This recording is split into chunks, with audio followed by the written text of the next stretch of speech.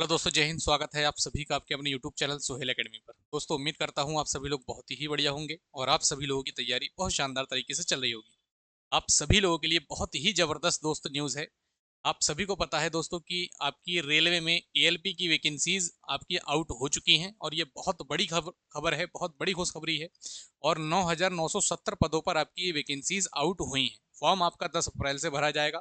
संपूर्ण जानकारी इस एक वीडियो में हम लोग देखने वाले हैं। कौन कौन इस फॉर्म को भर सकता है, क्या एलिजिबिलिटी चाहिए, क्या आपकी एज लिमिट चाहिए, सब कुछ हम लोग डिटेल में बात करेंगे। एक एक स्लाइड बेहतरीन तरीके से आप सभी लोगों के लिए तैयार की है, तो सभी लोग दोस्तों वीडियो को लास्ट तक जरूर देखिएगा। तो सबसे पहले बात करते हैं कि पद का नाम हमारा क्या है। Assistant loco pilot. ठीक है। आपके जो फॉर्म भरना स्टार्ट हो रहे हैं वो यहाँ पर देखिएगा 10 अप्रैल से आपके फॉर्म भरना स्टार्ट हो रहे हैं, जिसकी दोस्तों लास्ट डेट आपकी 9 मई 2025 रखी गई है। ठीक है। असिस्टेंट लोको पायलट की आपकी वैकेंसी है। लेवल 2 की आपकी वैकेंसी है। 19,000 सैलरी नाम मात्र यहाँ पर लिखी है, लेकिन आपको ये सैलरी आपको लगभग 1 लाख प्लस आपको सैलरी कई जगह पर आपको ये देखने को मिल जाती है। मेडिकल स्टैंडर्ड की बात करें, A1 चाहिए। 18 से 30 साल आपकी एज लिमिट होनी चाहिए। और इस बार कोई भी आपको एज में छूट वगैरह नहीं मिलेगी, जो आपको कोरोना के वजह से पिछली बार 3 साल की छूट मिली थी, वो इस बार छूट आपको नहीं मिलेगी। तो इस चक्कर में मत रहिएगा कि आपको छूट मिलने वाली है। छूट आपकी वही रिजर्वेशन वाली रहेगी, जो भी ओबीसी है 3 साल की छूट, SC ST को 5 साल की छूट देखने को मिलेगी। 9,900 पदों पर आपकी ये वैकेंसीज दोस्तों निकल कर आ रही है। कुल पदों की संख्या 9,900। A1 आपका मेडिकल स्टैंडर्ड, 18 से 30 साल एज लिमिट है। एज काउंट होगी 1 जुलाई 2025 से। आवेदन 10 अप्रैल 2025 से शुरू हो रहे हैं। 9 मई इसकी लास्ट डेट है। लेवल 2 की वैकेंसी है। परीक्षा का पूरा पैटर्न क्या है, 1 बाय 1 इस चीज़ को हम लोग समझते हैं कि आपको रेलवे में असिस्टेंट लोको पायलट बनने के लिए क्या क्या आपके पास एलिजिबिलिटी होनी चाहिए। सबसे पहले आपके पास 10th पास आप होने चाहिए। ठीक है। 10th के साथ में आपने या तो ITI किया हो, या फिर आपने डिप्लोमा किया हो, या फिर आपने पॉलिटेक्निक किया हो, तब आप ALP के लिए एलिजिबल हैं। उसके अलावा या तो आप बीटेक हो या फिर आप BE हो। अच्छा, एक बात याद रखिएगा, बीटेक भी आप किससे होने चाहिए, बीटेक भी आप होने चाहिए मैकेनिकल से। ठीक है।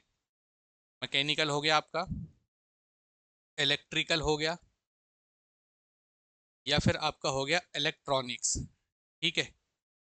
इलेक्ट्रॉनिक्स, इससे दोस्तों आपका बीटेक होना चाहिए। सिविल से है या फिर CS से है, तब आप इस पोस्ट के लिए एलिजिबल नहीं है, क्योंकि ये पोस्ट अपने दोस्तों किसकी होती है, टेक्निकल की ये पोस्ट होती है। इसलिए यहाँ पर दोस्तों ये आपसे मांगी जाती है, मैकेनिकल, इलेक्ट्रिकल, इलेक्ट्रॉनिक्स। सिविल और CS के लिए कोई भी दोस्तों यहाँ पर पोस्ट देखने को नहीं मिलती है। बात करते हैं सर सिलेक्शन प्रोसेस आपका क्या रहता है। सबसे पहले आपका CBT 1 होगा। ठीक है। उसके बाद आपका जो है CBT 2 दोस्तों देखने को मिलेगा। उसके बाद CBET एग्जाम होता है। उसके बाद आपका डॉक्यूमेंट वेरिफिकेशन, और फिर आपको देखने को मिलेगा मेडिकल। ये आपका पूरा सिलेक्शन प्रोसेस है रेलवे में ALP बनने के लिए, असिस्टेंट लोको पायलट बनने के लिए। अच्छा, CBT 1 आपका जो होगा, ये सिर्फ और सिर्फ आपको मैं बता दूं, ये आपका सिर्फ और सिर्फ क्वालिफाई नेचर का एग्जाम है। ठीक है। सिर्फ और सिर्फ क्वालिफाई नेचर का एग्जाम है। मेरिट से इसका कोई भी दोस्तों लेना देना नहीं है CBT 1 का। CBT 2, यहाँ पर मेरिट के लिए एक कट ऑफ लगाई जाएगी, जो CBT 2 में बच्चे जाएंगे। तो CBT 2 में जाने के लिए यहाँ पर आपका लगभग 15 गुना बच्चा जो है CBT 2 का एग्जाम देगा। 15 गुना अगर मैं करता हूँ, 9,900 गुणा 15, 15 नीमा 100 वो। ठीक है। तो लगभग 1,48,500 इतने बच्चे दोस्तों जो हैं वो CBT 2 का दोस्तों एग्जाम आपका देंगे। उसके बाद CBET के जो भी CBT पास करेगा उसको बुलाया जाएगा CBET एग्जाम के लिए। CBET एग्जाम क्या है, ये एक प्रकार से जैसे असिस्टेंट लोको पायलट की आपकी वैकेंसी है। आप ड्राइवर बनते हैं किसके सर, ट्रेन के। ठीक है, ट्रेन चलाने के ड्राइवर। इसमें जो है पिछले बार या पिछला आपने सिग्नल कौन सा देखा, ये आपको याद रहना चाहिए। तो इसमें जो एग्जाम होगा ना, आपके मान लीजिए, जैसे मान लीजिए इस समय जो मैंने खोल रखी है ये एक और ये दो। ठीक है। ये दो स्लाइड मान लीजिए मैंने खोल रखी है। तो यहाँ पर दोस्तों मैंने क्या लिखा है, 10th लिखा है। ठीक है। यहाँ पर मैं गया तो मुझे याद होना चाहिए कि पिछली बार यहाँ पर मैं गया था तो वहां पर क्या लिखा था, 10th लिखा था। तो इस प्रकार से दोस्तों ये एग्जाम आपको देखने को मिलेगा कि आप चीजों को कितना रिकॉल कर पा रहे हैं। ठीक है। ये होता है आपका CBET एग्जाम, जो कंप्यूटर बेस्ड एप्टीट्यूड टेस्ट आपका होता है। ठीक है। तो इसके लिए दोस्तों 8 गुना बच्चे बुलाए जाएंगे भर्ती के। जैसे मान लीजिए मैंने मान लीजिए कि 10,000 आपकी भर्ती है। ठीक है। 8 गुना बच्चे तो 80,000 बच्चे जो हैं आपके लिए CBET एग्जाम के लिए बुलाए जाएंगे यहाँ पर। क्लियर है। उसके बाद डॉक्यूमेंट वेरिफिकेशन और फिर मेडिकल, ये आपका जो है सिलेक्शन प्रोसेस है ALP एग्जाम का। CBT 1 की अगर हम लोग बात करते हैं तो CBT 1 हमारा ये रहा। CBT 1 आपका सिर्फ और सिर्फ ओनली क्वालिफाई नेचर का एग्जाम होगा। मैंने पहले भी बताया 75 क्वेश्चन आएंगे।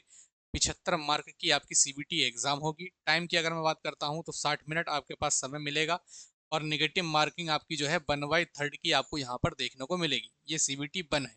CBT 1 में 75 क्वेश्चन, 75 मार्क। इसका सिलेबस क्या है CBT 1 का वो देख लीजिए। तो ये रहा CBT 1। तो CBT 1 में आपके जीके एंड करंट अफेयर के 10 क्वेश्चन पूछे जाएंगे। जीके एंड करंट अफेयर में जैसे आपकी मान लीजिए हिस्ट्री होती है, ठीक है, आपकी पॉलिटी होती है, आपकी इकोनॉमिक्स होती है, ठीक है, स्टैटिक हो गई आपकी स्टैटिक जीके, और आपकी जियोग्राफी हो गई, इंडियन हो चाहे वर्ल्ड जियोग्राफी हो, ये सारी चीज़ें आपकी जो है, और आपका करंट अफेयर, ये सब कुछ आपको 10 नंबर में मिलने वाला है जीके एंड करंट अफेयर में। उसके बाद दोस्तों यहाँ पर साइंस के क्वेश्चन होंगे। साइंस में आपका फिजिक्स का रोल बहुत अच्छा खासा होगा, ठीक है। साइंस में और क्या आता है, फिजिक्स आ जाती है, केमिस्ट्री आ जाती है, ठीक है, फिजिक्स है, केमिस्ट्री है, आपकी आपकी बायोलॉजी है, ठीक है, आपकी लाइफ साइंस है।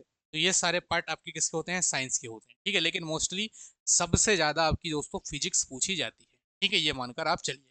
ये 20 क्वेश्चन आपके रहेंगे। उसके बाद मैथ्स आपकी पूछी जाएगी, अर्थमेटिक और एडवांस दोनों 20 क्वेश्चन रहेंगे। रीजनिंग आपसे पूछी जाएगी, इसके 25 क्वेश्चन आपके रहेंगे। अगर यहाँ पर देखूँ सबसे ज़्यादा इंपॉर्टेंट अगर कोई सब्जेक्ट है दोस्तों, वो आपका बनता है साइंस, ठीक है। तो यहाँ पर दोस्तों साइंस में आपको मेहनत करना पड़ेगी अगर आपको ये एग्ज़ाम क्वालिफाई करना है तो, ठीक है। क्वालिफाई करने के लिए साइंस पर मेहनत करनी पड़ेगी, मैथ अच्छी करनी पड़ेगी, रीजनिंग। जीके जीएस पर आपको ज़्यादा ध्यान नहीं देना है क्योंकि 10 क्वेश्चन ही आएंगे और इसमें से लगभग 4 क्वेश्चन आप लोग आराम से कर पाएंगे, ठीक है।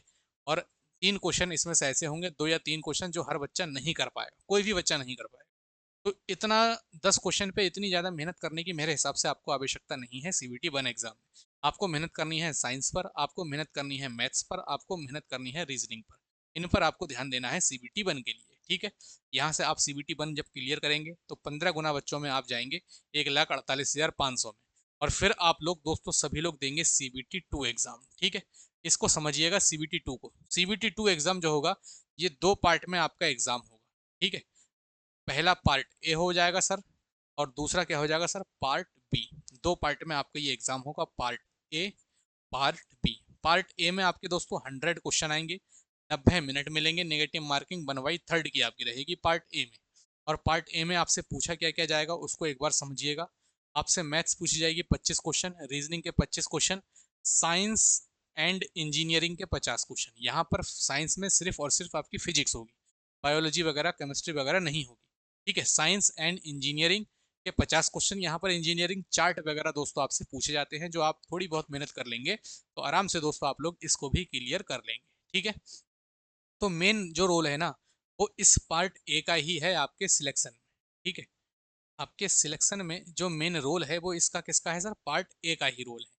तो पार्ट ए पर आपको बहुत ज़बरदस्त तरीके से मेहनत करनी है, maths, reasoning, science and engineering chart में। ये 50 क्वेश्चन बहुत शानदार तरीके से आपको करने पड़ेंगे साइंस और इंजीनियरिंग के, और 50 आपको मैथ्स और रीजनिंग के। तो यहाँ पर 100 क्वेश्चन आपसे हो जाएंगे, 90 मिनट आपको मिलेगा, 1/3 की आपकी निगेटिव मार्किंग पार्ट ए में रहेगी। उसके बाद पार्ट बी दोस्तों आप लोग देंगे। पार्ट बी में दोस्तों 75 क्वेश्चन आपसे पूछे जाएंगे और 60 मिनट का दोस्तों आपके पास समय होगा। यहाँ भी 1/3 की निगेटिव मार्किंग होगी। और यहाँ पर जो 75 क्वेश्चन होंगे वो किस प्रकार के होंगे उसको समझिएगा। तो ट्रेड के क्वेश्चन आएंगे यहाँ पर, ट्रेड के जैसे किसी के पास मैकेनिकल है तो मैकेनिकल के 75 क्वेश्चन उसके पास होंगे, किसी के पास इलेक्ट्रिकल है तो इलेक्ट्रिकल इंजीनियरिंग के क्वेश्चन आपके 75 होंगे, किसी के पास इलेक्ट्रॉनिक्स है तो इलेक्ट्रॉनिक्स से संबंधित 75 क्वेश्चन उसको मिलेंगे, या फिर किसी के पास ITI है, ITI में किसी के पास फिटर है तो उससे रिलेटेड उसके पास 75 क्वेश्चन होंगे। और मैकेनिकल के 75 क्वेश्चन क्या होंगे, मैकेनिकल के भी सब्जेक्ट इन्होंने अलग अलग दे रखे हैं कि कहाँ से आपके सब्जेक्ट से क्वेश्चन पूछे जाएंगे। जैसे मैकेनिक्स है, स्ट्रेंथ ऑफ मटेरियल है, ठीक है, या फिर हीट वाला आपका चैप्टर है, ठीक है। तो ये सारी आपकी जो है मैकेनिकल में आपसे पूछे जाएंगे। ऐसे ही इलेक्ट्रिकल में भी सब्जेक्ट दिए हैं, इलेक्ट्रॉनिक्स में भी सब्जेक्ट दिए हैं। इसकी जो है आप PDF डाउनलोड कर लेना। PDF में दोस्तों आपको पूरा सिलेबस जो है आपको डिट्टो लिखा हुआ देखने को मिल जाएगा, ठीक है। तो इतना काम आप सभी लोग अपने आप जरूर कर लेना।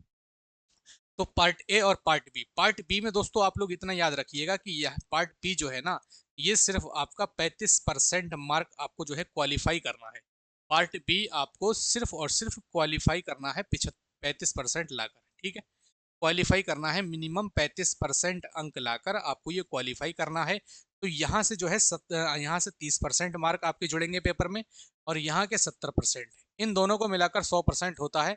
और इन दोनों से ही दोस्तों आपको जो है सिलेक्शन निश्चित होगा, पार्ट ए और पार्ट बी से। ठीक है, सीवीटी 1 से दोस्तों हमारा सिलेक्शन नहीं होगा, सिलेक्शन सीवीटी 2 से होगा। यहाँ पर पार्ट ए देना है आपको, पार्ट बी देना है, इतना काम दोस्तों आपको करना पड़ेगा। बहुत मेहनत लगी है दोस्तों इस पीपीटी को बनाने में, अपने हाथों से लिखने में। तो सभी लोग दोस्तों जो भी चैनल पर नए हैं, चैनल को जरूर सब्सक्राइब कर लेना, बेल आइकन जरूर दबा देना, और बहुत ही शानदार तरीके से पूरी एएलपी वैकेंसीज के लिए एकदम बेहतरीन बेहतरीन क्लासेस आपको दूंगा। तो सभी लोग चैनल को जरूर सब्सक्राइब कर लेना। तो ओवरऑल अगर मैं बात करता हूँ, तो आपके लिए जो भी आपको सिलेक्शन लेना है एएलपी में, एएलपी के लिए सीवीटी 2 आपका जरूरी है, इसमें भी पार्ट ए और पार्ट बी आपका क्वालिफाई है। तो यहाँ पर आपके ट्रेड के क्वेश्चन आ जाएंगे, यहाँ पर आप 35% आराम से लाकर क्लियर कर लेंगे। तो आपको जो मेहनत करनी है दोस्तों, वो करनी है इस पार्ट पर जो आपका पार्ट ए है। ठीक है, तो ये दोस्तों आपकी पूरी फुल डिटेल थी आपकी असिस्टेंट लोको पायलट एग्जाम के लिए। जो भी दोस्तों चीज़ें मैंने आपको बताई हैं, जो भी सिलेबस मैंने आपको बताया है, यही दोस्तों आपका रहने वाला है डिट्टो। सारी चीज़ें मैंने आपके साथ क्लियर कर दी हैं, एलिजिबिलिटी भी बताई है, सिलेक्शन प्रोसेस भी मैंने आपको पूरा बता दिया है, और एलिजिबिलिटी मैंने एजुकेशनल भी आपको बता दी, एज लिमिट वगैरह सब कुछ दोस्तों आपको मैंने डिटेल में बता दिया है। जो भी दोस्तों चैनल पर नए हैं, चैनल को दोस्तों जरूर सब्सक्राइब कर लेंगे, वीडियो अच्छी लगी तो लाइक जरूर कर देंगे। बाकी मिलते हैं नेक्स्ट वीडियो में, पूरी सीरीज लेकर आऊँगा एएलपी के ऊपर, और प्रीवियस ईयर क्वेश्चन भी आपके साथ लेकर आऊँगा, मैथ्स के चाहे रीजनिंग के, आपकी असिस्टेंट लोको पायलट वैकेंसी के लिए। तो सभी लोग चैनल को जरूर सब्सक्राइब कर लें, जेन्युइन आपके पास इन्फॉर्मेशन ये चैनल आपको पहुंचाता है और हमेशा पहुंचाता रहेगा। ठीक है, बाकी मिलते हैं नेक्स्ट वीडियो में, तब तक के लिए जय हिंद, जय भारत।